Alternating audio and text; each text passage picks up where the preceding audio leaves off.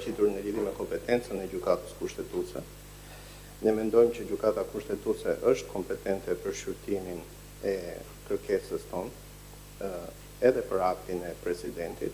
Për ne procesi është i ndarë në 2 faza, siç e kemi sqaruar dhe në parashtrimet. Në fazën e parë është faza e propozimit dhe vendimarrjes, që përfundon me vendimin e Këshillit të Ministrave, dhe pastaj faza tjetër është faza e garancisë kushtetuese, që aktivizohet automatikisht me paraqitjen e kërkesës kushtetuese, në të cilën nuk duhet të ndërhyjë asnjë institucion përfshirë dhe presidentin e Republikës, i cili duhet të presi në rastin konkret marrjen e një vendimi nga ana e gjykatës kushtetuese dhe aktivizimi para kohe i presidentit të Republikës me aktin për caktimin e datës së zgjedhjeve aktivizon efektet juridike të vendimit të Këshillit të Ministrave, i cili është efektet e cilit janë të pezulluara. Për këtë arsye ne mendojmë që gjykata kushtetuese është kompetente.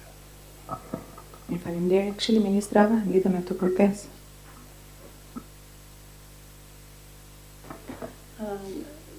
Këshilli i Ministrave ka paraqitur qëndrimin me shkrim në kushtet kur akti objekt shqyrtimi është i lishëm dhe dekreti i presidentit është rrjedhoi këtij akti, ne kërkojmë nga gjykata pranimin e kërkesës subjektit të interesuar presidentit të Republikës. Mirë, faleminderit. Trupi gjykos tërhiqet për të marrë vendim lidhur me këtë kërkesë.